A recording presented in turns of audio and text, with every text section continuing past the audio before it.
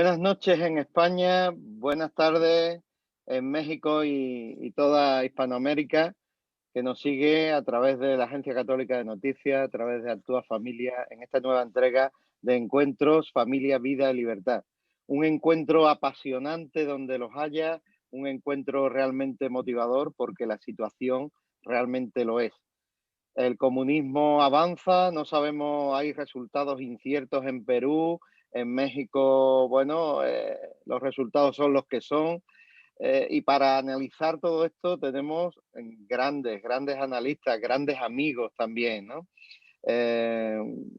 Buenas noches, Mariana, te Buenas saludo noches. y bueno, pasamos a saludar y a presentar a nuestros invitados. Así es, buenas noches a todos y bienvenidos los que nos están viendo a través del Facebook Live de la Agencia Católica de Noticias.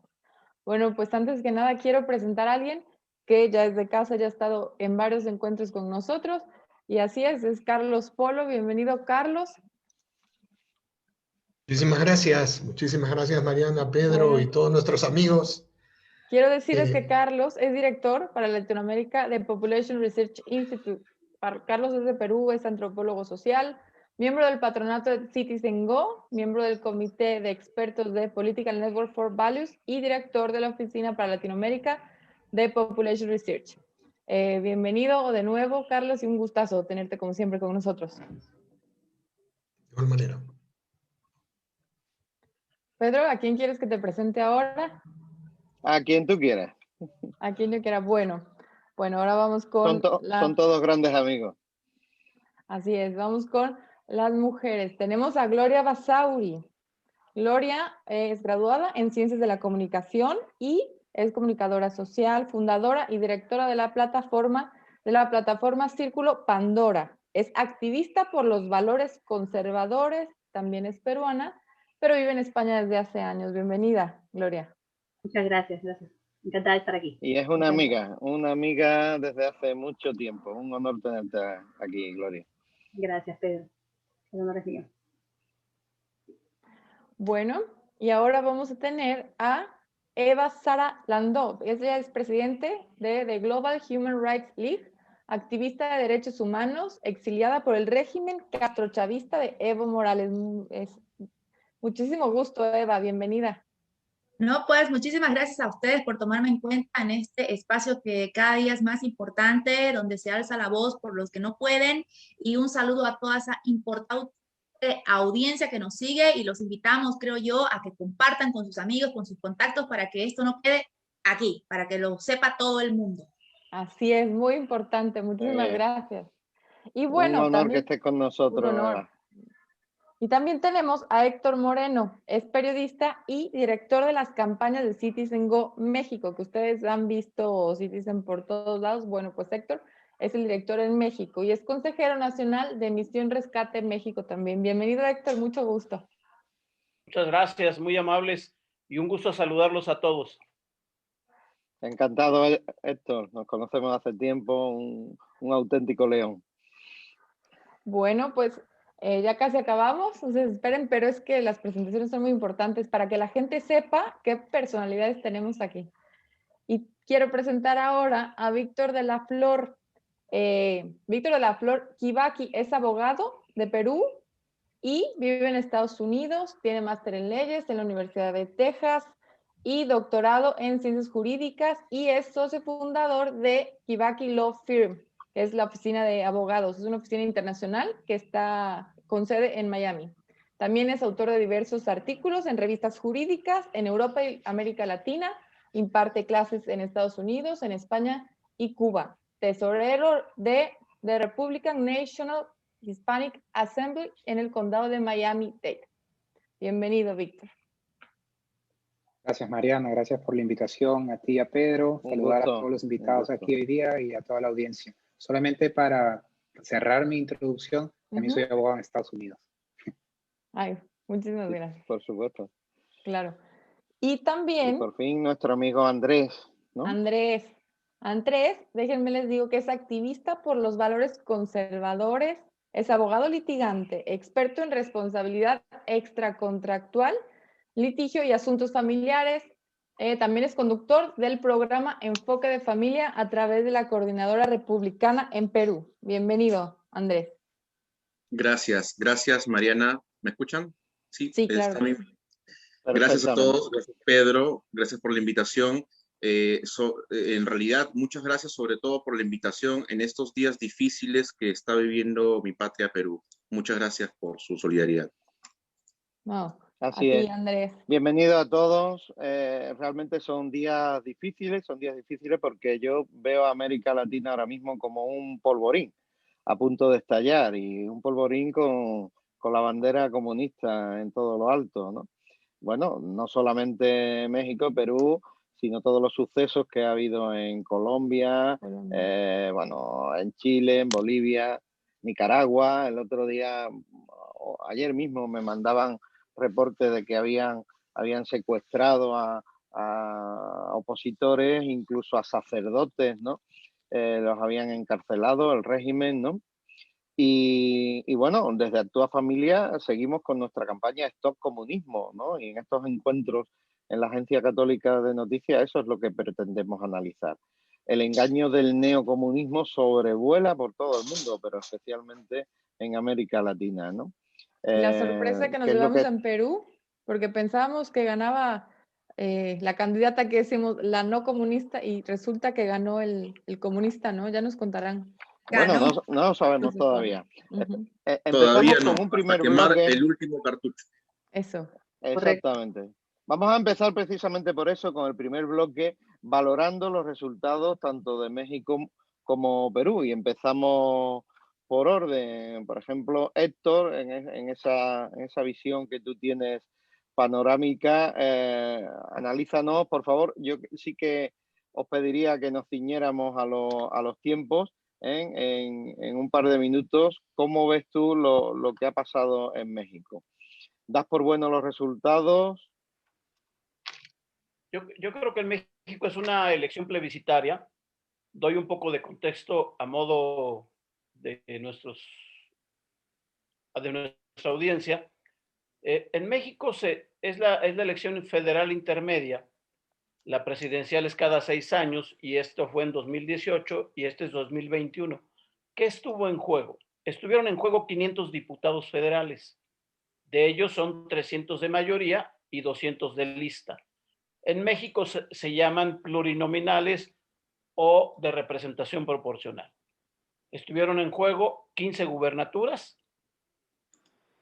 y estuvieron en juego alcaldías y diputados locales.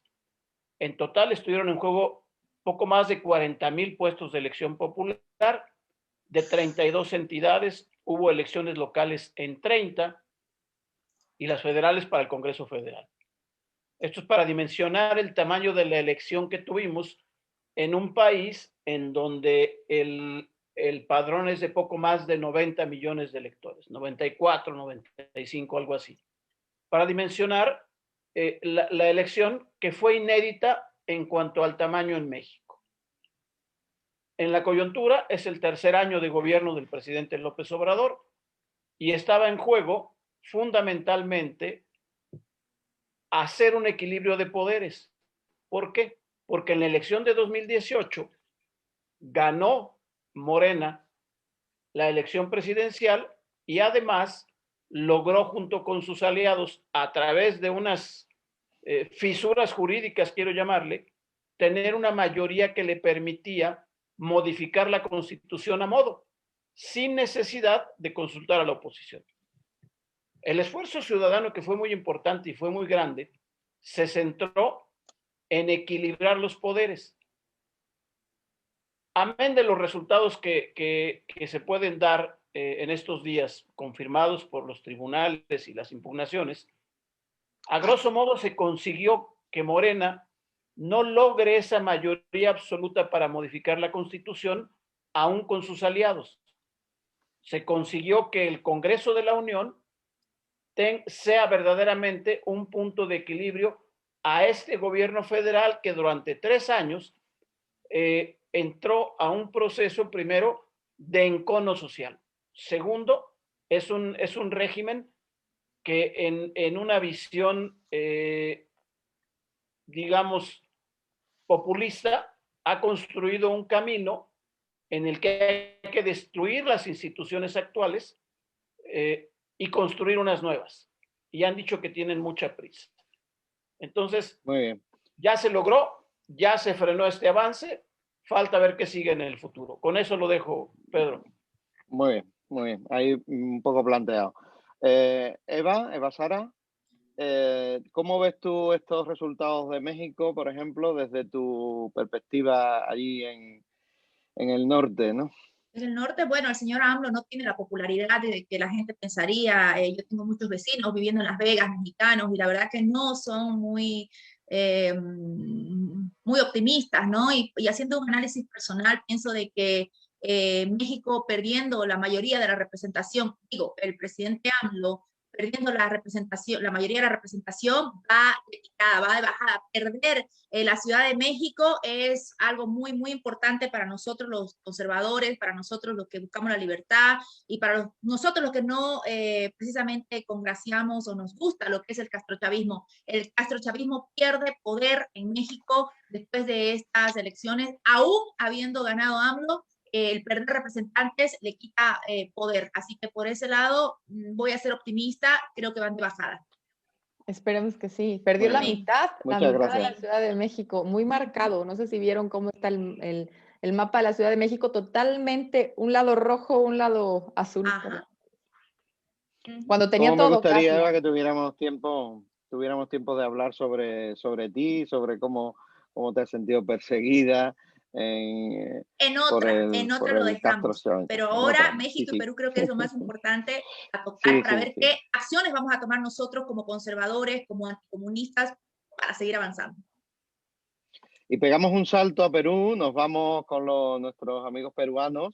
Carlos Polo, tú has escrito hoy, esta mañana, un artículo muy importante diciendo no todo está perdido, ¿no? Háblanos, desmútate y te escuchamos.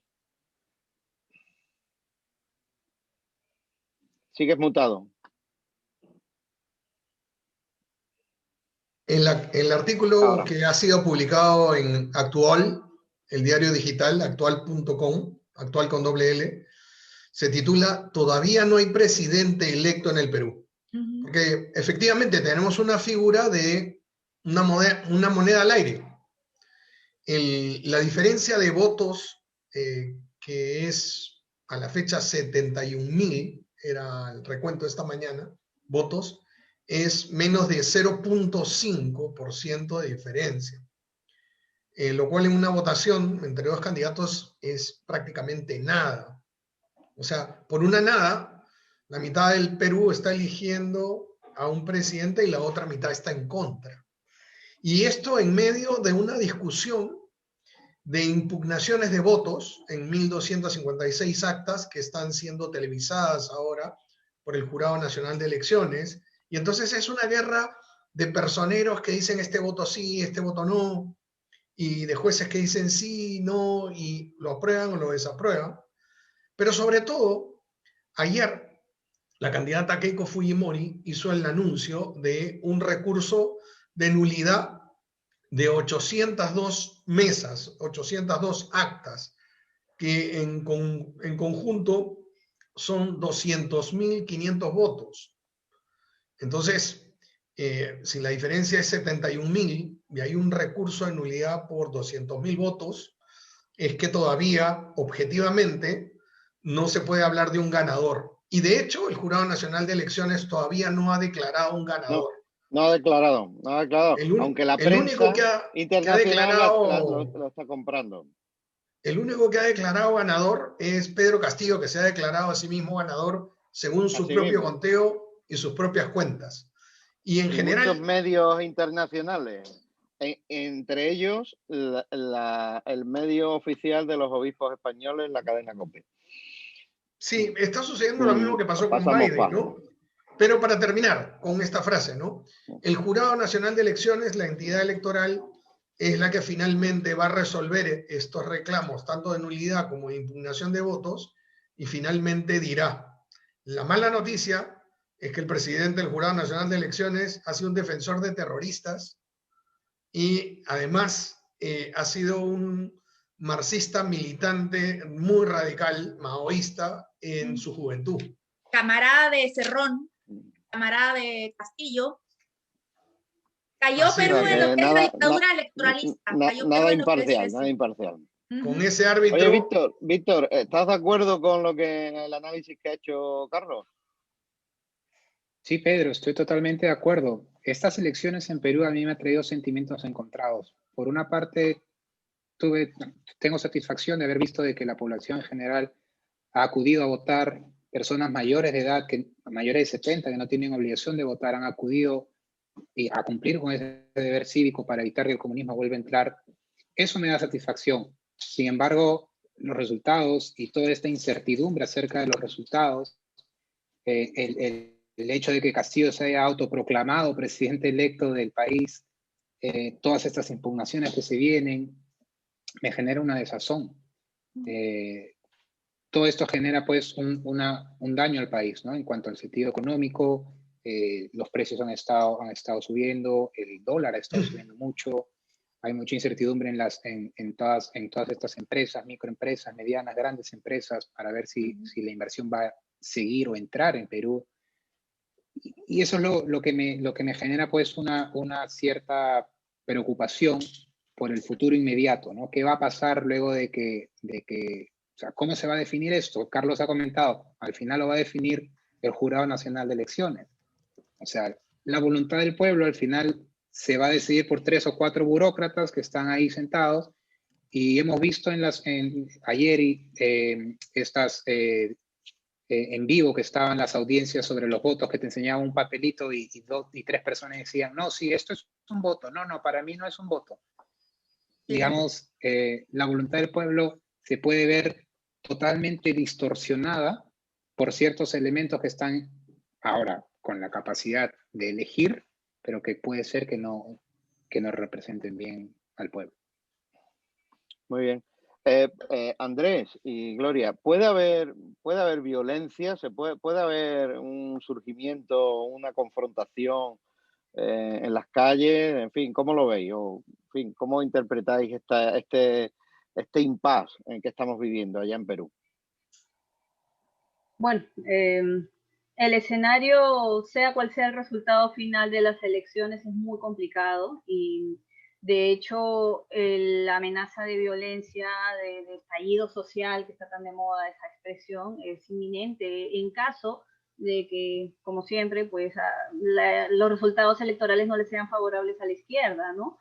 Es curioso porque incluso en las mismas 24 horas después de que se celebraran las elecciones, los partidarios de Perú Libre estaban ya reclamando fraude, cuando estaban a décimas de porcentaje de sobrepasar a Keiko Fujimori, que de hecho fue lo que pasó en el transcurso de la madrugada del domingo al lunes, que fueron las elecciones, ¿no? Y antes de que estuvieran contados siquiera el 70% de los votos, ellos reclamaron fraude estando a décimas. Entonces, se ve que es su estrategia, ¿no? Se ve que la estrategia, en caso de que el resultado no les favorezca, va a ser la que ya hemos visto en Chile, la que estamos viendo en Colombia, la que incluso se ha visto en España cuando los resultados no le han sido favorables a ciertos grupos de izquierda, ¿no? De salir a reventarlo todo. Rodear Congreso, manifestar, alertas antifascistas, bueno, cosas que sabemos de sobra tanto aquí como en Hispanoamérica, ¿no? Entonces, el escenario se ve muy complejo en ese sentido.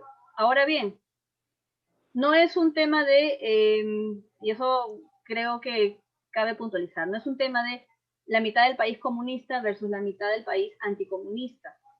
Es mucho más compleja la situación en el caso de los candidatos. ¿Por qué? Porque Castillo ha sabido canalizar muy bien el voto anti-Fujimori, lo que se llama el antivoto, ¿no? De lo que se ha estado hablando últimamente. No son votantes que estén especialmente comprometidos con el programa, el ideario o incluso la figura de Castillo necesariamente. Por supuesto que tienen todo un entramado partidista detrás que les apoya. El líder de su partido, Vladimir Cerrón, tiene nexos de Cuba, ha vivido muchos años en Cuba, tiene nexos con el chavismo, con Evo Morales, vamos, que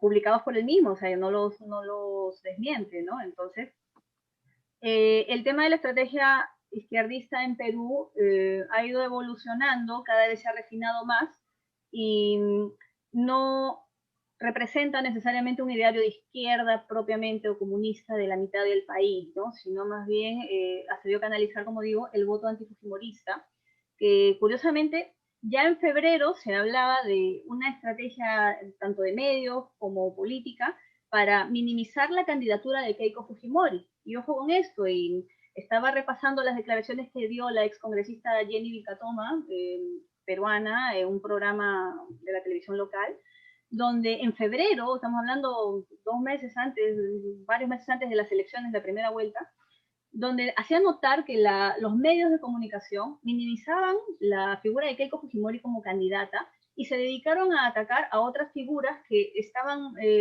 voceadas como posibles candidatos para la segunda vuelta, llámese Rafael López Aliaga, Hernando de Soto, George Forsyth incluso, que bueno, siendo un outsider, se dedicaron a sacarles cosas. A Rafael López Aliaga le atacaron mucho el tema de su agenda pro vida, pro familia, que era un conservador. Todo lo que luego también Pedro Castillo, ojo con eso, ha dicho que suscribe, pero a Keiko la dejaron casi sin pantalla en esa primera vuelta. Entonces, ¿qué sucedió? Los candidatos que estaban como favoritos para pasar a una segunda vuelta empezaron a perder votos, empezaron a ser minados en su imagen, en su ideario. ¿Y para qué? Para que Keiko quedara en segunda vuelta. ¿Por qué? Porque cualquiera que se presentara con Keiko en la segunda vuelta tenía todas las posibilidades y probabilidades de ganar. Yo creo que esto hay que analizarlo desde una estrategia que viene de muy atrás y en la que hemos caído lamentablemente como sociedad peruana, ¿no? Muy bien. Andrés, tu turno. Sí, gracias. ¿Estás de acuerdo con lo que se ha dicho? Sí, bastante acertados los comentarios. De repente ajustar un poquito más de números. Se tuvo hasta las 4 de la tarde del día de ayer para presentar todas las impugnaciones. Bueno, se cuenta incluso una lideresa de un partido de izquierda, Verónica Mendoza, amenazó, porque ahora los abogados han pasado de ser de simples espectadores a protagonistas de lo que está pasando, ¿no? Por situaciones que ya seguramente se han rumoreado en redes sociales de reconteo de actas, porque efectivamente estamos hablando de más de 300.000 votos impugnados por tonterías, ¿no? Y la televisión peruana se ha prestado para que el día de ayer salgan a televisar el reconteo de votos, voto por voto, porque hay 2 tipos de conteo de actas y conteo de votos. Van a publicar en televisión abierta 500 votos, sin embargo 3.000 a puerta cerrada. Entonces es un poquito complicado resumir todo lo que hemos estado viviendo desde la fecha 6. Es más, muchos no hemos dormido 3 días, desde el día domingo, trabajando situaciones que obviamente son en pro de la democracia y en pro de la patria. Nosotros vivimos en este momento en Perú una situación de crisis y efectivamente no es por dar una voz alarmista, sin embargo ya hay protestas todos los días en las calles. Cobardemente, el presidente del Jurado Nacional de Elecciones, a quien se han referido como un extremista rojo, ¿no? Definitivamente ha dicho, cobardemente, que, están convocando a golpe de Estado. Caramba, somos defensores de la democracia, jamás convocaremos a un golpe de Estado. Que no reconozcamos un gobierno que rompa la Constitución, si es que sale, es otra cosa, pero jamás atentaríamos en contra de nuestra propia Constitución. Entonces, ha sido una semana, han sido unos días bastante difíciles, y algo que también lo he dicho en Twitter es, caramba, al final del día, el destino del Perú se ha reducido a un puñado de jóvenes que están viendo y revisando actas con resultados sinceramente escandalosos. Se han presentado, como dijo el doctor Carlos Polo, efectivamente 802 recursos de nulidad, ¿no? Sin embargo, se ofrecieron a Keiko Fujimori 2.000, porque, ojo, eran 350.000 votos. Y, ojo, desde la madrugada del domingo, que se empezó a hacer el conteo de votos en Estados Unidos, porque hemos sido testigos de primera línea, 12 de la noche inició el conteo de Estados Unidos. A las 12:20 de la noche ya habían 18 actas impugnadas en Estados Unidos. en contra de Keiko Fujimori. O sea, caramba, la maquinaria es global, no se sabe de dónde el andamiaje es tan, por ahí hay rumores de que se les ha ofrecido un estipendio económico, hay tantas cosas, y lo que dice la doctora Gloria es efectivamente el antivoto. Desgraciadamente, esto no es de ahorita. Acá nosotros tenemos más de 20 años, casi 25 años de gobiernos de izquierda, ¿no? Que nos han dado suavecito, con una izquierda light, una izquierda suavecita que viene Paniagua, que los derechos humanos, que abren aquí, que abren la puerta para allá, y al final te viene el monstruo completo y te dice Vladimir Cerrón, yo soy marxista, leninista, maoísta y te voy a romper la casa, te voy a quitar todo. Y la gente cuando recién, incluso hemos estado hace muy poco con unos colegas conversando, un té muy ameno, ¿no? Y me dice, no, si yo voté por Hernando de Soto. Hernando de Soto. Ya pues, pero felizmente un abogado que no era yo, dijo, ya pues, pero es el primer traidor. Obviamente le dije, pero sí, obviamente es el primer traidor, pues se dedicó a partir el voto de la derecha. Y les dije a estos abogados que eran bastante más jóvenes que yo, les digo, miren chicos, el gran error de acá, de la sociedad misma peruana, es pensar que existen derechas e izquierdas, ¿no? El abanico. Caramba, no existe un abanico. Acá es o eres rojo, o eres terruco, o eres terrorista, o eres pro patria, pro república. Incluso anoche hemos estado teniendo unas reuniones de liberaciones ya con amigos ya después de mucho trabajo, y hay gente que dice, caracho, ¿cómo no le hicimos caso a San Martín cuando propuso que esto se vuelva monarquía? Porque tú lo vuelves república y te salen con los derechos, que te salen con los permisivismos, y caramba, llegamos al punto en el que estamos. Y Perú está a punto de cumplir 200 años de historia republicana, y tanto como lo he venido repitiendo públicamente, caramba, qué pena que si invade, porque va a ser una invasión de lograrlo, un gobierno comunista, qué pena, porque Perú desapareció. Perú fue una república que duró 200 años y ahí murió. Porque una vez que derrocan la Constitución, Perú desaparece. Dios no lo quiera. Muy bien, unos análisis certeros realmente, pero yo quiero preguntaros, ¿cómo va a repercutir esto en toda la región? O sea, ¿cómo veis todo lo que está pasando también con una visión, pues bueno, lo que ha pasado en Chile, el cambio de constitución, en Argentina? Queréis comentar lo que queráis de Nicaragua, Colombia, y yo, no sé. Y después exponéis lo que queráis y los demás contertulios os van a hacer alguna pregunta de vuestra exposición. No sé si Pedro, querrá empezar yo. Héctor. Sí, Mira, que tiene Héctor ahí y Eva. A mí me parece, primero, que cada país es un mosaico cultural, un mosaico de problemas, un mosaico de complejidades. Por ende, no podemos tasar igual, porque yo no conozco a detalle ni la situación política, ni la coyuntura, ni muchos escenarios del Perú, por ejemplo, y no me atrevería a hacer una afirmación. ¿Qué sí veo en el fondo? Me parece que en el fondo estamos en una batalla cultural que tiene diversas expresiones. Una expresión que es quizás de las más radicales es la de Venezuela. Tienes otra expresión que es una especie de gorila, que es Daniel Ortega en Nicaragua, deteniendo a todos los opositores, cerrando los espacios de libertad de expresión, cerrando los espacios a donde puede cerrarlos para dar el golpe. Y me parece que lo que está pasando hoy en Perú, a reserva de que nuestros amigos nos den más detalles, son expresiones de una cultura que corre, si le pudiera poner un cordón en esta relación que tienen López Obrador y Alberto Fernández, es un problema cultural que corre desde la Patagonia hasta México, en donde tiene diversas expresiones, unas más, otras menos, pero creo que ellos tienen una capacidad. Primero, tienen vasos comunicantes. Segundo, tienen una formación ideológica a grosso modo muy similar. Y tienen una articulación también. Y yo creo que una de las cosas que tenemos que ver a futuro es qué hacemos ante esta batalla cultural de fondo, qué hacemos para articular los esfuerzos y qué hacemos para estos vasos comunicantes en América Latina. A mí me parece que el gran reto El gran desafío es cómo acabamos con la desigualdad, porque la desigualdad ha sido el caldo de cultivo de todas estas culturas, de toda esta cultura de división y de odio que estamos viviendo de una u otra forma. En la medida en que seamos capaces de construir una alternativa social, una alternativa de unidad, una alternativa de reconciliación, una alternativa de solidaridad, me parece que en esa medida estamos yendo al futuro, estamos yendo a la batalla cultural de fondo. Esa sería mi sugerencia, Pedro. Muy bien, muchas gracias. ¿Qué tenemos que decirle a lo que ha, Eva quería decirnos sugerido algo. Héctor? ¿O Eva?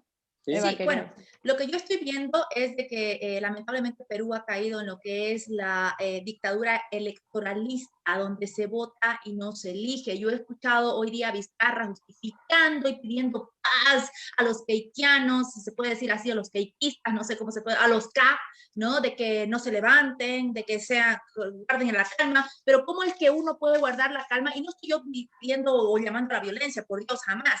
Pero peor si no es mi país, ¿no? Pero ¿cómo se puede llamar a la calma a la gente que viendo que hay 1.195, cuando yo vi la última vez los datos, tú sabes que yo estuve en viajes y todo eso, pero cuando estaba yo mirando de cerca todos estos 1.195 actas, con la excusa de que están observadas, pero como no se escribió nada en las actas, entonces no importan las observaciones, que la gente las hubiera observado, porque nadie lo puso de manera escrita en las actas, o sea, no se llevó el protocolo a seguir para que sean anuladas o que se le haga un mejor control a eso. Eso es lo que a mí me da mucha pena, porque lo que viene en caso que se declare a Castillo presidente es persecución, exilio, se murió porque lo atacó a alguien o porque le quisieron robar, y en realidad hay una persecución agresiva. Y luego llaman a las actas observadas, no, es que son solamente error material, no, y piden a la calma porque es solamente error material, y creo que eso no es justo cuando se burla uno de la voluntad del pueblo, y que luego digan, no, pero es que siempre pasa, puede ser que se pasen unos cuantos votos. Es que los seres humanos no somos estadísticas, somos gente, y no podemos ser un número, tenemos derecho a que nuestro voto se respete, porque si no caemos en la Bolivia, caemos en la Venezuela, caemos en la Cuba, en la Nicaragua, que son dictaduras plenas y puras, y ahí le sigue el juego a Argentina, ahora con Perú dentro de este sistema, ambos siempre haciéndole el chistosito y el venga Evo Morales, yo te asilo, yo te guardo, y ese tipo de cosas puede afectar bastante a la región. Esperemos de que se supone que son 3 días para impugnar. Creo que ya hemos pasado el límite, no sé qué están esperando. Y por otro lado, Alejandro Gado, que dice, ¿qué hago yo aquí en un encuentro de católicos como judía? Quiero decirle que primeramente le mando muchos saludos y que estoy muy feliz de que un grupo de católicos como es mi madre, mi papá era judío, yo me crié bajo las tradiciones, me crié en un colegio católico, tengo la misma sangre roja que los de izquierda, los de derecha, los de centro, los de todo. Esto no se trata de colores, como decía antes Ari, esto es libertad versus dictadura, y creo que el origen, nuestras tradiciones, nuestras religiones no nos pueden separar en una misma misión que tenemos todos, que es la libertad y el anticomunismo. Mi abuelo vivió en un campo de concentración, mi abuela fue perseguida por el comunismo por ser católica ortodoxa rusa de apellido Romanova. Entonces, mi misión es con cualquier grupo que esté anti el comunismo. Muchísimas gracias a Suárez Oliver Andrés, que dice, qué hermoso que los judíos también participen entre las personas que llevan esto. Muchísimas gracias, amén, amén, amén. Eva, yo te explico. Muchas gracias, es un honor. Por la libertad. Honor, Eva, por supuesto. Eva, claro que sí. Eva, yo te explico para que puedas entender con una figura gráfica cuando Vizcarra, un corrupto, un mitómano, un mentiroso, quizá la persona que más daño le ha hecho el Perú en la historia, porque nos ha arruinado en solo 2 años de gobierno, cuando dice calma, lo puedo comparar con una imagen que seguramente habrás visto en alguna película de acción, y es cuando entran unos encapuchados a un banco con metralletas a asaltar y a llevarse toda la plata. Dice, calma, si nadie se mueve, no pasa nada, todos van a salir vivos de aquí. Mejor ejemplo imposible. Así nos están robando. ¿Sí? Exactamente. Mira, y Víctor, tú desde tu posición allá en Miami, que tienes contacto con tanta gente, con tantos exiliados también, emigrantes y demás, ¿cómo ves el tema? ¿Qué es lo que quieres decir tú respecto a lo que se está comentando por aquí? Sí, claro, es una buena óptica. Quisiera, digamos, empezar la intervención cogiendo la parte final de lo que dijo Héctor en cuanto a la división. Cuando una sociedad está dividida, a ver, esta elección, en principio, en la elección de Perú, iba a estar la gente polarizada, porque son dos opciones. O era la una, la mala opción, o era la otra opción. Libertad. Entonces o la gente dictadura. iba a estar totalmente el comunismo o el mantenimiento del sistema, el mantenimiento de las libertades y el progreso económico para el país. Y la gente tenía que decidir uno o lo otro. Entonces, quien capitaliza la división dentro de una sociedad siempre es la izquierda, porque te va a poner la división de clases. El rico versus el pobre, el empleador versus el empleado, quien tiene estudios versus quien no lo tiene. Marxismo cultural. Y no, exactamente. Y lo que no ven es la persona, el individuo, como potencialidad que puede hacer en verdad todo lo que quiera. Y por ejemplo, eso aquí, que yo vivo aquí en Estados Unidos, sí se da. Aquí el Estado te permite tener esa potencialidad y poder ejercerla y ser eventualmente lo que tú quieras. Si tú quieres ser médico, si tú quieres ser abogado, si tú quieres ser ingeniero, si tú quieres ser, no lo sé, quieres tener tu propio negocio de pastelería, de restaurante, de lo que tú quieras. Y puedes siempre llegar a ser el mejor. Pero aquí existe esa libertad. Los individuos tienen esa libertad y la ejercen. Pero en nuestros países, el gobierno restringe esa libertad y más bien quiere a la sociedad dividida para decir después, yo, gobierno, te voy a dar lo que tú no tienes. Ah, claro, pero tú no me has dejado a mí que yo mismo lo consiga, porque yo puedo ser capaz de hacerlo. Entonces ellos necesitan esa división. Latinoamérica, desde mi punto de vista, siempre ha sido pendular. Aquí como en Estados Unidos hay los swing states que cambian demócrata y republicano, yo veo a Latinoamérica de la misma manera, que cambia de derecha a izquierda por ciertos tiempos, ¿no?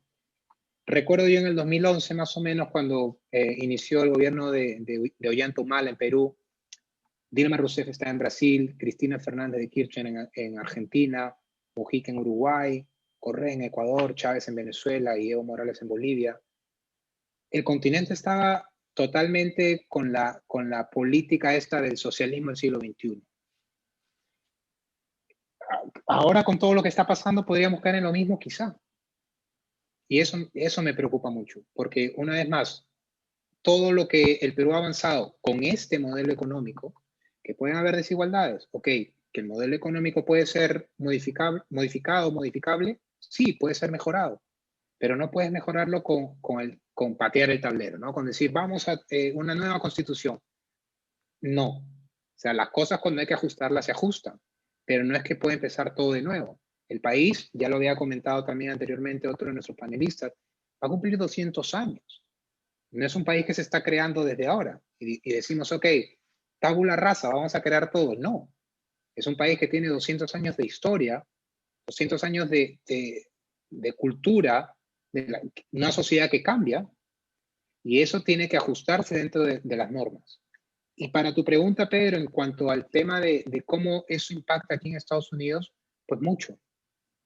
Por ejemplo, Venezuela, el peor gobierno que han tenido hasta el momento, mucho peor que el de Chávez, mucho peor que el de Chávez. El año pasado, la inmigración ilegal venezolana aquí en Estados Unidos era aproximadamente 600, 700, digamos, individuos que cruzaban la frontera al año, más o menos. El último mes han cruzado más de 6.000 personas de Venezuela. Y eso no lo hacen porque quieren. Repatriando. Los están repatriando. Los están repatriando, correcto.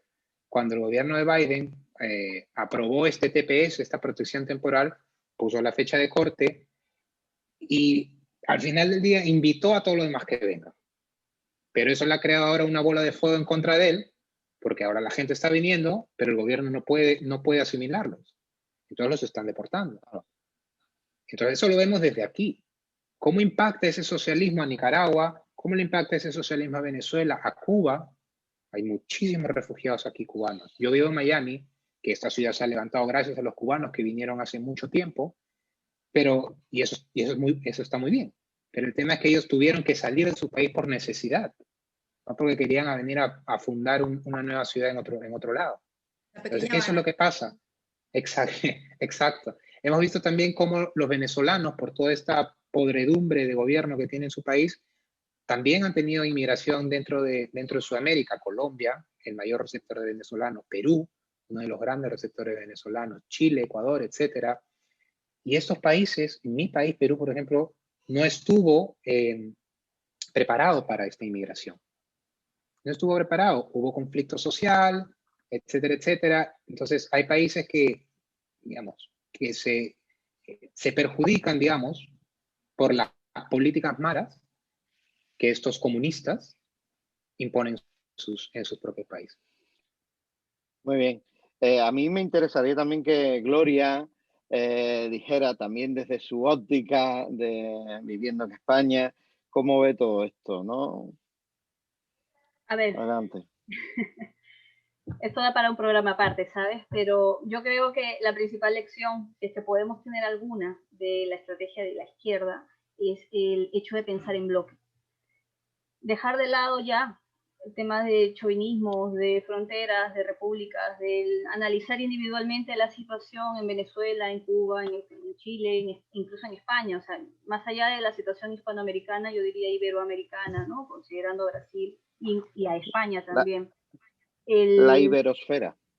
La iberosfera, por supuesto. Ten en cuenta que la izquierda, en su nueva cara del Foro de Sao Paulo, el socialismo del siglo XXI, no es más que el reciclaje que surge a raíz de la caída del muro de Berlín, la desintegración de la Unión Soviética y, por lo tanto, la desintegración o la pérdida de la revolución en Europa, ¿no? Ten en cuenta que esto es una historia que tiene más de 100 años y que comienza aquí en Europa. En 1990, cuando se crea el Foro de Sao Paulo, ellos analizan esta coyuntura, esta crisis que tienen ideológica, la caída del muro de Berlín y la desintegración de la Unión Soviética. No quieren quedarse huérfanos de patrocinadores, no quieren quedarse huérfanos ideológicamente, pero analizan muy bien qué es lo que falló. Y sobre todo, con el ejemplo de Perú, con la guerrilla maoísta de Sendero Luminoso, se dieron cuenta de que calcar una ideología o una estrategia, llámese maoísta, llámese modelo soviético, no funciona. Que hay que centrarse en la realidad hispanoamericana, en la realidad de los pueblos que viven en Hispanoamérica y en la iberosfera en general. Y sobre eso replantean una serie de cosas. Cambian los dogmas propios de una izquierda más ortodoxa. ¿Por qué? Por el indigenismo, por el ecologismo, feminismo. El culto a digamos, tradiciones ancestrales que desvirtúan, que deforman el tema de la Pachamama, que está muy ligado con el tema del narcotráfico. Ojo por allí, el narcotráfico también tiene un matiz místico, tradicional, que no debe dejarse de lado en el momento del análisis, ¿no?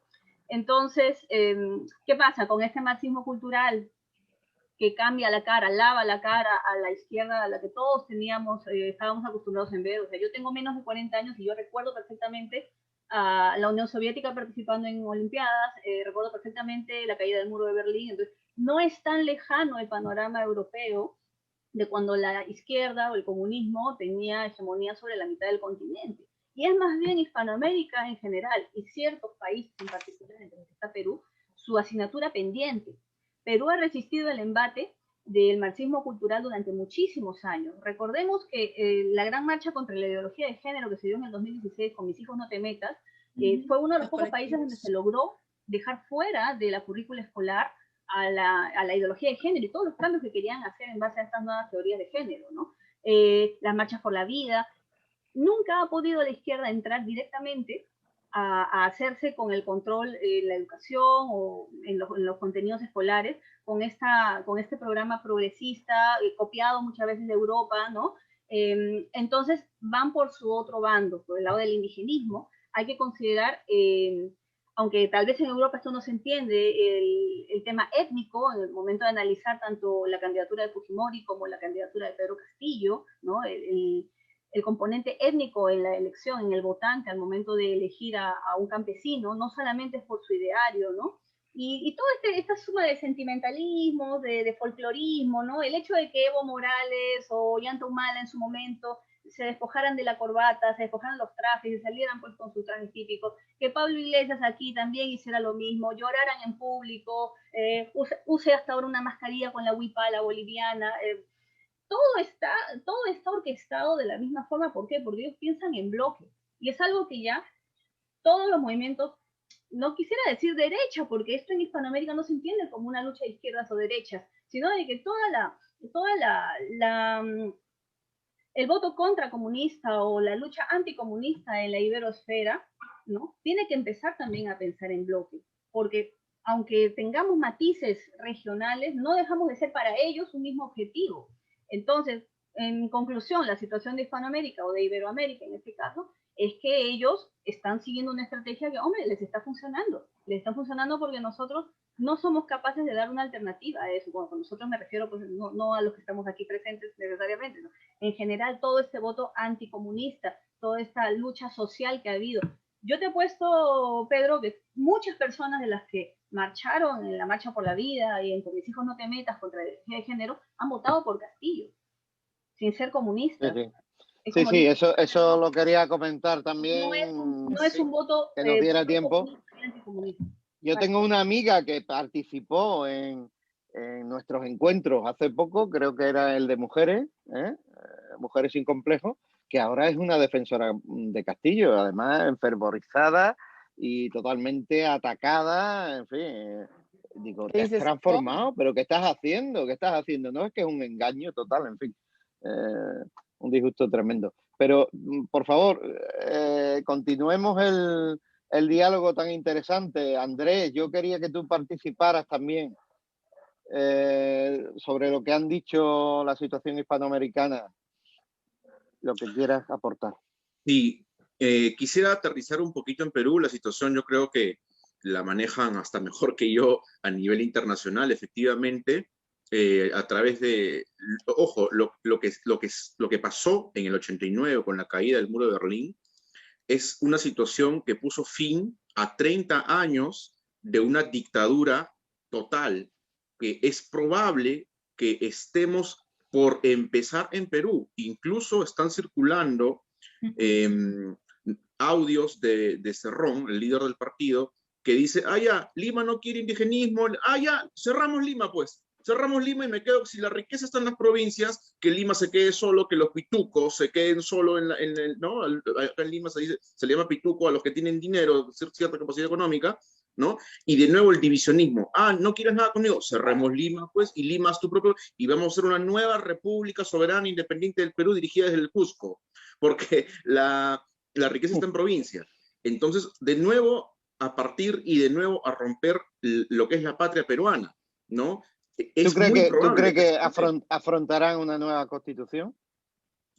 Bastante difícil porque definitivamente están pasando muchas cosas ahorita en Perú. Incluso el candidato López Aliaga acaba de decir que va a hacer su propio partido o otro partido más, de acuerdo a sus reglas, porque obviamente ya se dio cuenta que tener aliados que se fueron tildados de fanáticos religiosos y otros que hacían, pues, restaban más que sumaban en su propio partido, y ahora, hoy, por noticias actuales y presentes, se sabe que, por ejemplo, ya se están repartiendo ministerios. O sea, ni siquiera se han declarado los resultados oficiales y ya se sabe, ya están pidiendo alianzas electorales. O sea, caramba, es más, algo que acaba de pasar el día de hoy, lo cual es terrible, y yo ya lo advertí en todas las redes sociales, al menos a nivel abogados, a nivel Perú.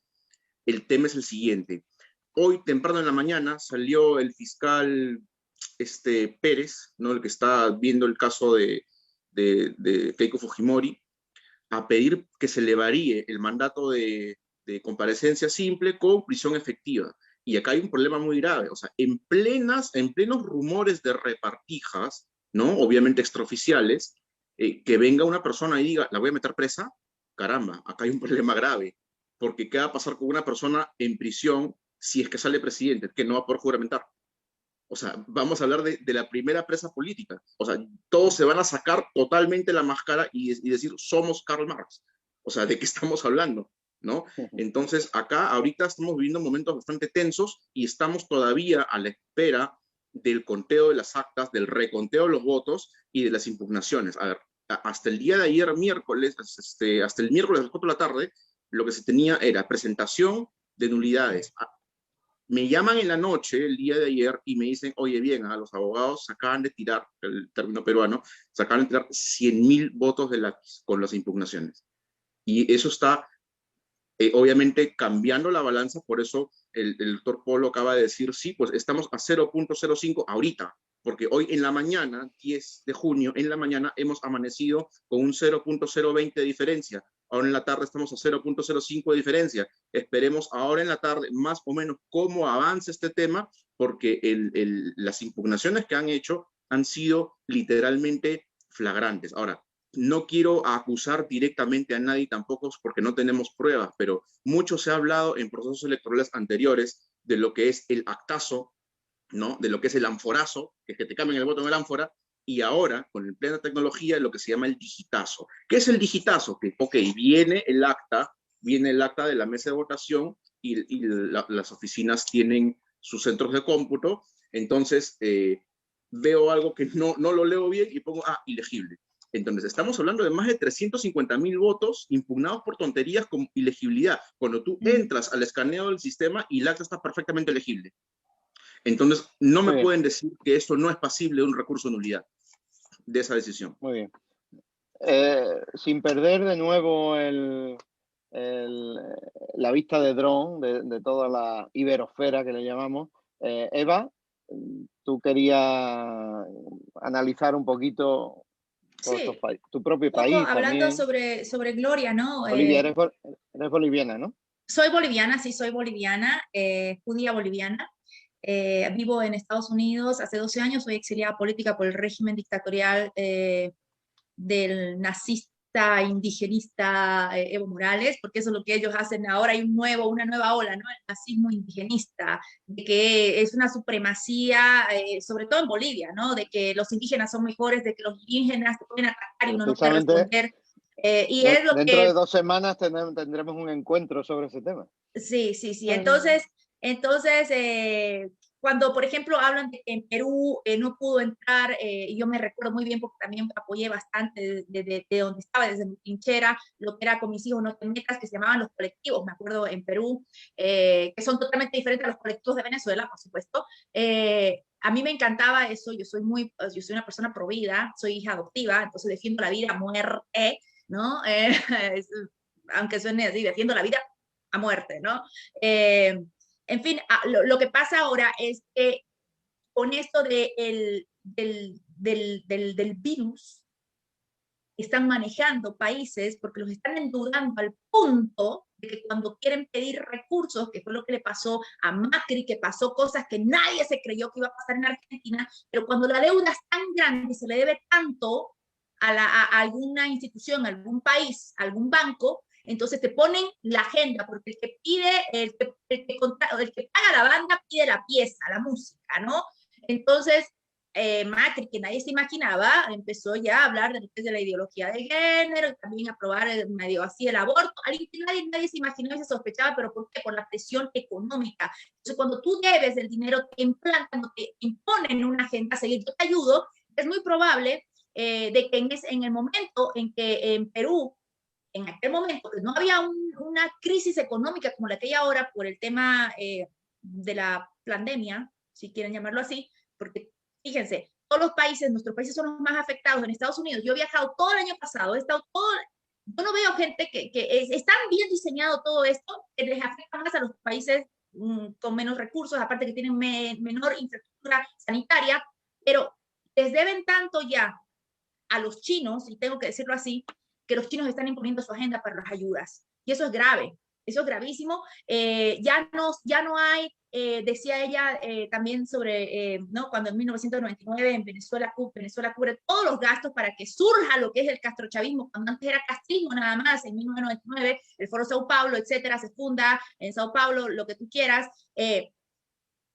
agarra el chavismo esto y de ahí para adelante que se llama castrochavismo para revivir todo esto, prender la llama que estaba ya apagadita, como pues, solamente le dieron oxígeno para que se vuelva a prender y se dan cuenta de que no es la manera, que es a través del voto, cuando tú votas pero no eliges, ¿no? Y cuando ya ellos adentro eligen con unas falsas elecciones, es cuando te ponen una nueva constitución. Yo creo que sí van a ir por eso.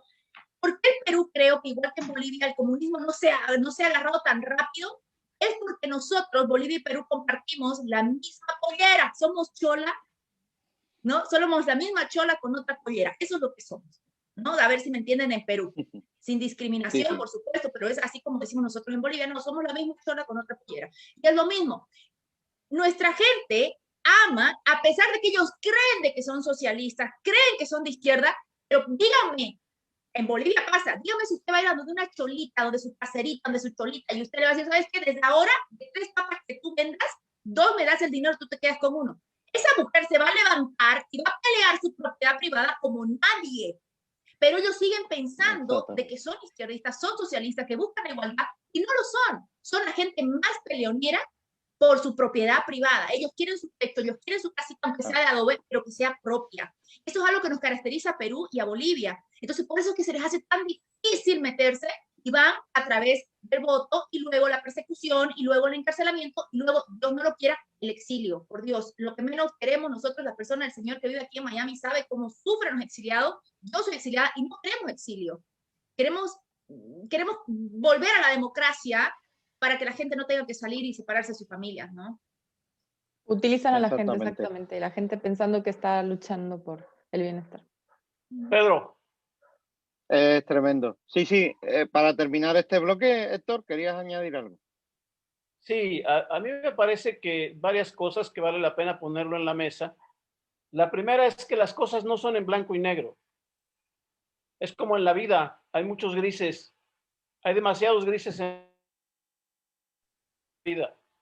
Porque así como podemos hablar de este desdoblamiento en el Foro de Sao Paulo, podemos hablar del desdoblamiento hacia el Grupo de Puebla, o podemos hablar del desdoblamiento de ATAC, que forma parte de otra corriente de izquierda, sí más violenta, sí en las armas, el EZLN, una parte de los grupos armados sudamericanos. Entonces, yo creo que teniendo tan claro el diagnóstico, yo vuelvo a insistir y pongo en la mesa, esta es una batalla cultural, no nos podemos morir en una elección y en un evento, no nos podemos levantar y a los 3 años o a los 6 años volver a hacer lo mismo.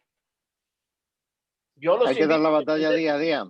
Yo los y para eso, Citizen Go y cómo articulamos los esfuerzos. Es una herramienta. ¿Cómo construimos una alternativa cultural de fondo para América Latina? Claro, no se va a construir mañana ni pasado mañana. Tendremos que atravesar procesos electorales, no sé si en 10, 15 o 20 años. Va a depender de lo que seamos capaces de construir. Esa sería mi propuesta. Muy bien, Víctor. Y eso nos haría pasar al tercer bloque. ¿Cómo será el futuro? Propuestas de acción para mantener alejado el comunismo, para acercarnos siempre y sujetar bien la bandera de la libertad. Yo le quería dar la palabra a Carlos, que me la está pidiendo de hace tiempo, para empezar este bloque. No digas, pues Pedro, van a pensar que quiero hablar nada más. Bueno, sí. Estamos deseando escucharte, Carlos. Yo creo que para el futuro tendríamos que ser conscientes primero de cuál es el problema de las personas que piensan como nosotros o las personas que están de nuestro lado, digamos, ¿no? Porque de las palabras que he escuchado ahora y he escuchado en muchos debates similares, siempre hablamos del activismo que hay en la izquierda, la viveza, la picardía, la astucia que hay en la izquierda, las tretas que se saben, los planes que preparan, la agenda que tienen. Y justamente creo que lo que le falta a nuestra gente, tener esa aproximación política a las cosas. Creo que la gran limitación que tenemos, pero que poco a poco se está venciendo, es que hemos tenido solamente una opinología con respecto a la política y no un accionar concreto, un accionar organizado, profesional, alguien que se prepare para las elecciones, para el tiempo de no elecciones, para el tiempo de influir sobre las tomas de decisiones de manera concienzuda, de manera profesional. Y eso implica también que la gente que tiene dinero, empresarios, también financien las iniciativas políticas que están comenzando a tener líderes jóvenes en toda nuestra región en sentido positivo. Solo de esa manera vamos a tener agenda de nuestro lado, solo de esa manera vamos a tener organizaciones de base y plataformas ciudadanas a nuestro lado, acciones, planes, y Dios quiera también un poco de astucia y picardía para enfrentar las circunstancias donde nosotros podamos ganar. Prácticamente ahora, muchísima gente a nuestro lado está recién abriendo los ojos, aterrado de lo que es Pedro Castillo en el Perú, pero lo mismo ha pasado en Chile con todo esto que ha pasado con las revueltas, está pasando en Colombia y está pasando en otros países. Recién estamos viendo, y yo quería aportar esto a la discusión. Mucha gente a veces tiene el tipo de explicación de que un Pedro Castillo es como un cisne negro, ¿no? Esta explicación que se usa para hablar de eventos impredecibles, con consecuencias catastróficas, con consecuencias muy grandes, algo que no se pudo prever, algo que no se veía venir, un cisne negro. Y eso como que un poco te exculpa de la responsabilidad, ¿no? Tomo las palabras de Héctor, no todo es blanco y negro, y entonces voy a recoger la idea que ha salido publicada hace poco, de un artículo de una mujer, Michelle Walker, que habla del concepto del rinoceronte gris. El libro está en inglés, se podría traducir algo así el título como tú eres lo que más o menos visualizas como riesgo. La nueva ciencia y arte de navegar en un mundo incierto. ¿De qué se trata esto? Ella dice, nosotros tenemos a veces un concepto del riesgo de algo que no podemos ver, pero muchas veces se trata de que tenemos delante un rinoceronte gris, o sea, un animalazo gigante que te va a pasar por encima, que te va a embestir. Lo tenemos delante de los ojos y no lo vemos. ¿Quién es el mayor fan de Michelle Walker? El presidente comunista chino, presidente de China y 40 cargos más que lideran China, Xi Jinping.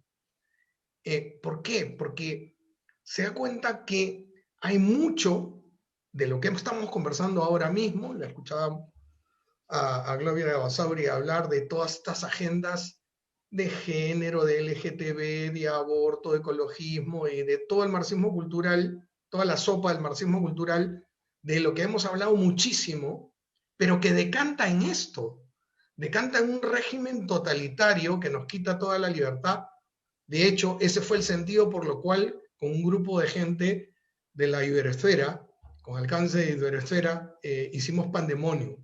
Pandemonium 1, Pandemonium 2, Pandemonium 3. Este Pandemonium tiene algunas explicaciones de fondo. Y esas explicaciones... Espero que nuestros oyentes lo hayan leído, claro.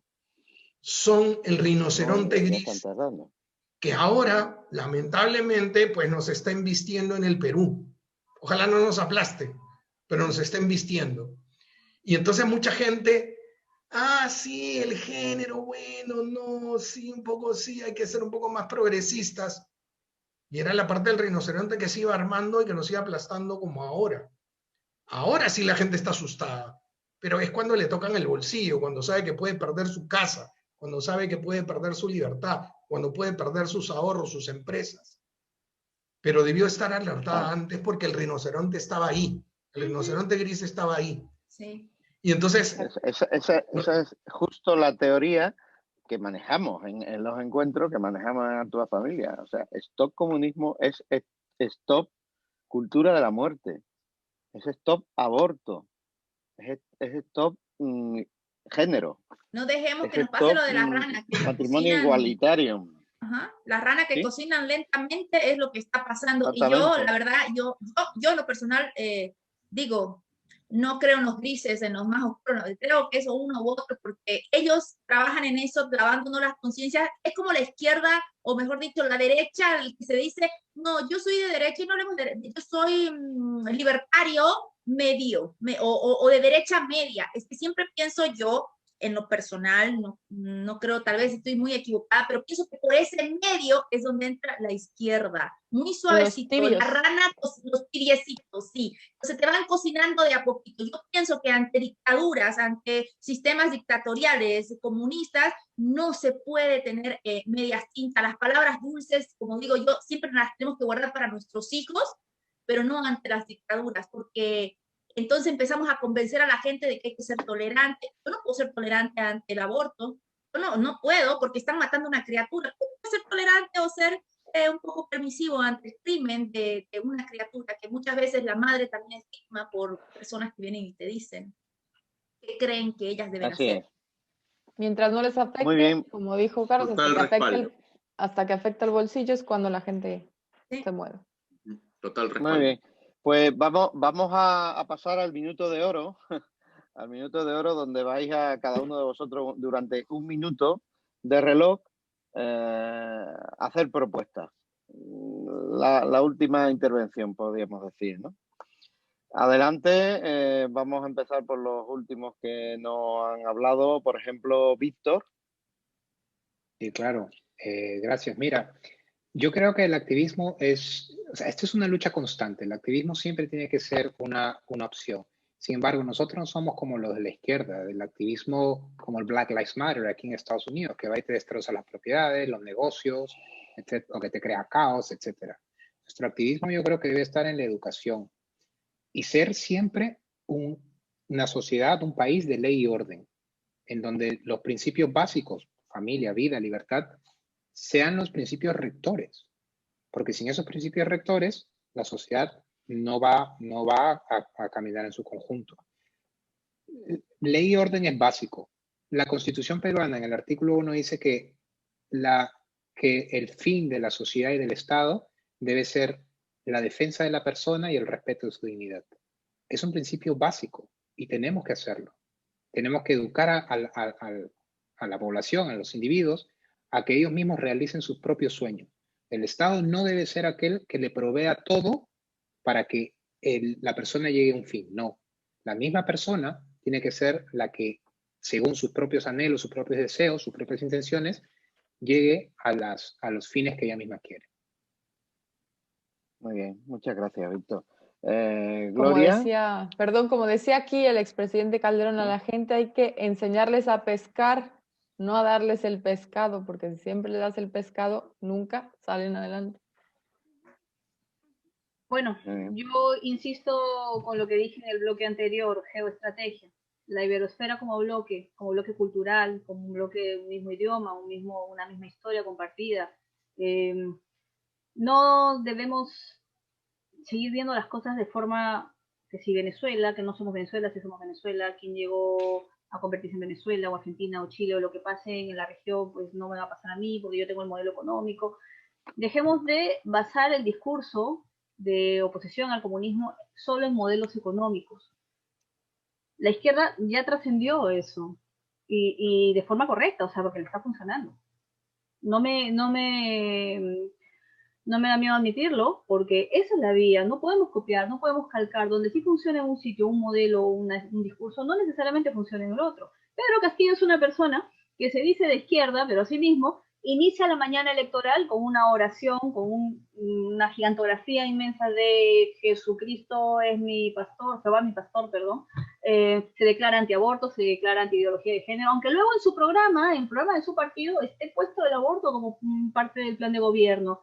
Entonces, ellos saben qué quiere escuchar la gente y se adaptan, y luego seguramente la izquierda española o la izquierda chavista, que tiene una agenda absolutamente contraria, no dudará en aliarse o en felicitar la llegada de una persona así al poder. No, ya te digo, hasta la cadena de radio de los obispos esta mañana, me escuché. Esas contradicciones a ellos les da igual, porque saben que va a funcionar para la sociedad a donde están apuntando. No funcionará para España, porque en España es un discurso facha, ¿no? Entonces, aquí se dirá otra cosa, allá se dirá otra cosa. Finalmente, todos tienen una meta en común. Eso por un lado. Por otro lado, de nuestra parte, dejarlos complejos. Decirnos pro vida, decirnos anti-ideología de género, decirlo con sus 4 letras, dejar la corrección política, porque ellos al momento de declararse marxistas, maoístas, leninistas y todas esas ideologías genocidas que llevan 100 años experimentando con la humanidad con resultados catastróficos, no se sonrojan al declararse de esas ideologías, no se sonrojan. Entonces, nosotros que estamos del lado de la vida, del lado de la familia, del lado de los valores, con mayor razón debemos decirlo con orgullo. Y que nos digan fachas, que nos digan conservadores, da igual.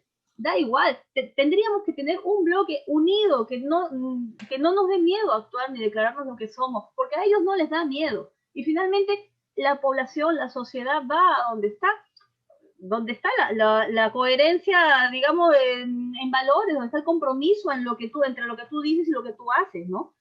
Eso la izquierda lo tiene claro. ¿Por qué no lo tiene claro la llamada derecha? Dejemos los complejos, dejemos de hablar solo de economía, dejemos de hablar de situaciones regionales y empecemos a pensar en bloque. Tenemos todas las herramientas para hacerlo. Reitero, tenemos una misma historia, tenemos una misma cultura, un mismo idioma. ¿Por qué no estamos liderando esa batalla del bloque cultural de la iberesfera? Ahí lo dejo. Nada, yo no lo podría decir mejor que tú. Fenomenal, lo suscribo palabra por palabra. Ha quedado el listón muy alto. Andrés. Gracias. ¿Quieres? Sí, puede ser tu minuto de oro. Un minuto, por favor, coger el rápidamente. Es difícil en realidad resumir los hechos que hemos vivido en estas últimas semanas. Sin embargo, hay que tomar en cuenta, recojo las palabras de Gloria Basauri cuando dice que no tengamos miedo porque efectivamente la lucha es cultural. Son aquí 20 años de izquierdas caviares que hemos tenido invadiendo las... La izquierda caviar, ¿no? La izquierda que toma caviar. Así es, pero por supuesto, la derecha cobarde, lo que hemos conversado muy claro, e incluso en nuestro programa también, Pedro, esta derecha... No, Andrés, se dice derechita cobarde. Derechita cobarde. Así es, que tiene miedo de llamar las cosas como son. El aborto es un homicidio, es un genocidio. Entonces, es delito, por donde lo quieran ver es delito. Entonces, hay gente que tiene orgullo de decir soy abortista, pero tiene miedo de decir creo en Dios. Entonces, sobre el principio de que Dios existe, estamos viviendo los estados constituidos y constitucionales desde Europa hasta América. Muy por el contrario, incluso también aprovecho para instar que quiero también hacer un conversatorio con médicos, te lo he contado, Pedro, sobre la perspectiva psicológica del comunismo, sobre el odio como la base central. Es más, acá en Perú, hay algún historiador que está especializado en qué pensaba el Che Guevara. Sí, algún historiador que te he pasado muy bueno. Por supuesto, acá tenemos el doctor Antonio Moreno, que nos ha dado una cátedra en una charla la semana pasada sobre precisamente estas cosas. Y esto abre la puerta a que hablemos ya a nivel ya psicoanalítico, más psiquiátrico, incluso con el doctor Ciani de Argentina también, que se ha conversado y nos ha explicado perfectamente algo desde el punto de vista científico, que nos lo ha dicho también el conocido camarada Carlos, un terrorista que está escondido en el BRAE en el Perú, que cuando dice, nosotros reclutamos a los chiquititos, a los pioneritos, los niños de 5 años, que obviamente yo soy abogado especialista en asuntos familiares, definitivamente esto es un secuestro infantil, ¿no? Y desde niños, y lo dice en el reportaje que le hicieron en el año 2010 a este camarada Carlos, le dicen, si en el corazón del niño no nace el germen del odio, ese niño no nos sirve. Es más, al niño tenemos que explicarle, cuando viene y nos pregunta por qué le suena la tripa, ¿no? ¿Por qué tiene hambre? Tenemos que explicarle por qué el niño burgués sí tiene en Lima zapatillas, libros, y lo dice en su entrevista que le hacen en el año 2010. Ahora, un psiquiatra nos explica, efectivamente, lo que pasa es que el odio como emoción basal anula el neocórtex, que es la corteza humana, lo que nos vuelve humanos, y nos rompe los límites de la emoción, nos rompe los límites de la empatía y de los límites de la razón. O sea, dejamos de razonar cuando sentimos odio.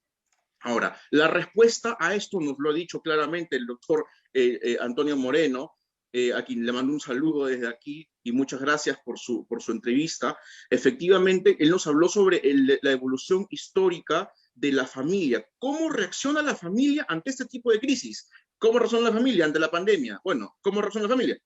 Unión, reestructuración familiar, recomposición familiar y, ojo, algo que dijo bien en claro John Edgar Hoover en la época de la Gran Represión de Estados Unidos en este país, cuando dice, el comunismo no ha muerto, este regresará en forma de ideología. Con ese pensamiento los dejo y ahora, 40 años después, estamos acá. Gracias. Muy bien. Eva Sara, tu minuto. Mi minuto. Tú quieres propuestas, ¿no? Pienso que me voy a agarrar de la propuesta que alguien hizo, no me recuerdo cuál de los caballeros, que dice los empresarios deben apoyar.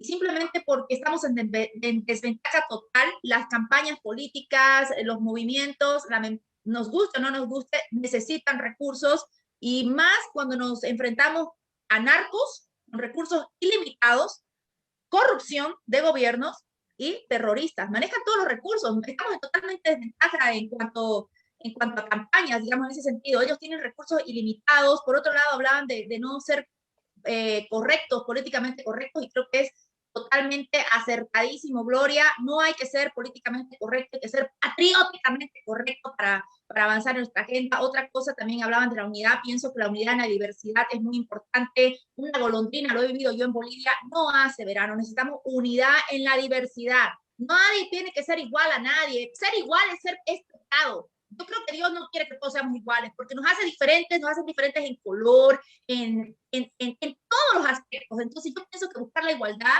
si somos iguales ante la justicia y ante Dios, creo que es lo único que nos debe importar. Quien avance más, hay que aprender a respetarlo y aplaudirlo y aprender de ellos. Y si nos queremos quedar atrás, pues nos quedamos atrás por propia decisión, pero nunca buscar la igualdad, porque eso trae envidia, eso trae rabia, y este tiene más, este tiene menos, y creo que no es correcto. Hay que quitarnos la envidia del corazón, avanzar. Dios nos ha hecho libres para que nosotros nos autodeterminemos hasta dónde queremos llegar, hasta dónde queremos poner nuestros límites. Sí creo que el Estado debe tener una intervención solamente en cuanto, por ejemplo, en Estados Unidos, niños pobres, ricos, negros, chinos, blancos, pueden nacer en el mismo hospital.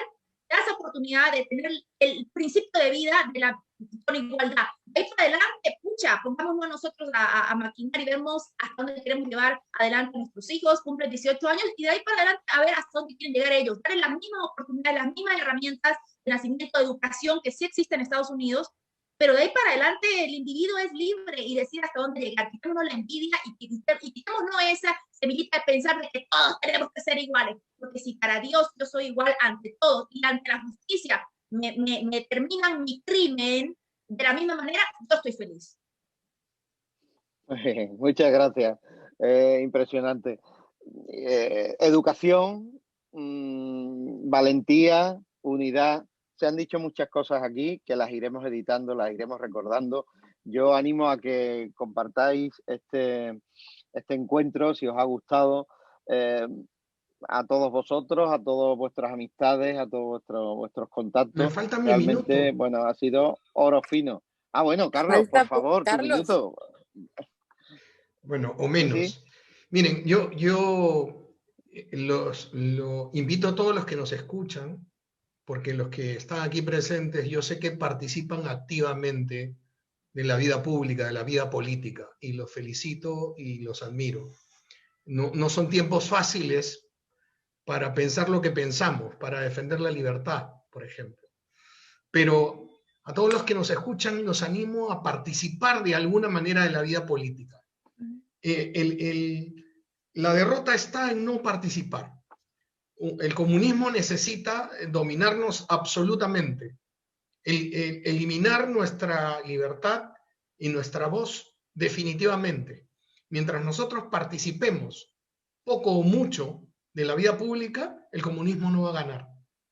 Y entonces te recomendaría que te asocies que te sumes a una iniciativa ya grande, que participes de aquella manera que responda a tus posibilidades, a tu vocación, si es en un partido político, si es en una función pública de mediana importancia o de mucha importancia, si es a través de un grupo que hace periodismo, que interviene en las redes sociales o una plataforma online. Participa porque si participas vas a ocupar un espacio, vas a tener una cuota de poder y lo segundo es que los que pensamos como nosotros tenemos que articularnos. Nadie sobra. Héctor, lo has dicho 2 o 3 veces y estoy totalmente de acuerdo contigo. Estamos en una guerra cultural. ¿Que es cultural? Sí, pero que es guerra también. O sea, aquí se gana o se pierde, y se puede ganar o se puede perder mucho. Los peruanos hoy día estamos en una situación que lo sabemos, que lo experimentamos, que lo sufrimos con angustia. Mucho se puede perder o mucho se puede ganar. Ya nos darán los resultados, ya lo sabremos, pero si las condiciones son mejores o peores, que eso no te inhiba de participar. 30 segundos. Soy auténtico. Bueno, 29. 29. Rapidito. Claro. Ojalá y todo este talento que ha estado aquí en estos programas encuentre un espacio ya para construir. Tenemos claro el diagnóstico, tenemos claro qué está pasando. Si le seguimos, se va a quedar en el muro de las lamentaciones. No es necesario gritar, no es necesario levantar la voz. Es necesario ponerse a trabajar en conjunto y de manera coordinada, por el bien de todos. Gracias. Así es. Muchas gracias, Héctor, muchas gracias.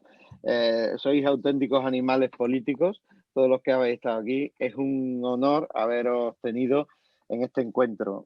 Realmente no es fácil el futuro que tenemos por delante, pero nos encontrará de frente, nos encontrará parados.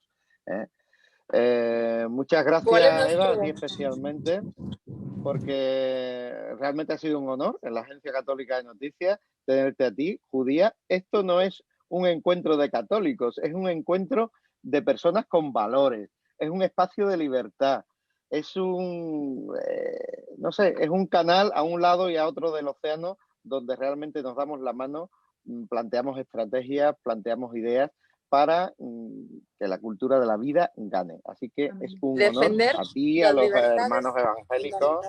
Y exactamente. Pues muy bien. El próximo día, dentro de 2 semanas, hablaremos también de un tema que algo se ha tocado aquí, los retos de la nueva hispanidad. Tendremos también, como no, imprescindible, nuestro doctor Antonio Moreno, desde Sevilla también, igual que Gloria. Tendremos a Mamela Fiallo, tendremos a muchos amigos que desgranarán esta realidad, este reto, los valores, la nueva hispanidad, cómo se ha forjado, hacia dónde vamos. Nada más. Feliz noche, feliz tarde. Nos encontrarán de pie y ojalá pare el comunismo en Perú y las últimas valoraciones pues sean del lado de Keiko Fujimori. Nada más. Dios bendiga apagamos Perú. Cámara. Dios bendiga Perú, Dios bendiga a toda América y a España.